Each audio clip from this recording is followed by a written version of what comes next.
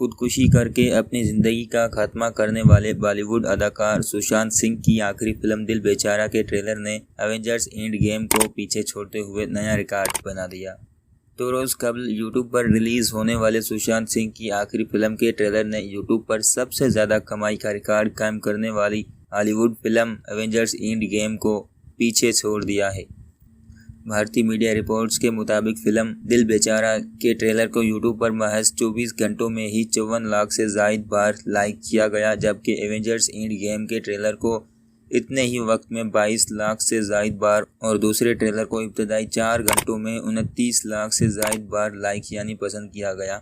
सुशांत की फिल्म के ट्रेलर का ये रिकॉर्ड यूट्यूब पर पसंदीदगी के हवाले से है, क्योंकि व्यूज़ के लिहाज से देखा जाए तो दिल बेचारा के ट्रेलर को 24 घंटों में 1.5 करोड़ बार देखा गया, जबकि एवेंजर्स एंड गेम के ट्रेलर को देखने वालों की तादाद 23 करोड़ रही है।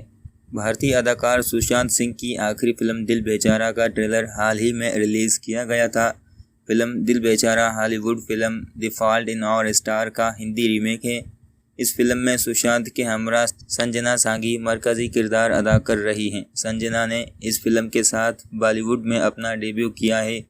ट्रेलर में शामिल सुशांत का डायलॉग जन्म कब लेना है और कब मरना है इसका फैसला हम नहीं कर सकते, लेकिन जीना कैसे है इसका फैसला हम कर सकते हैं।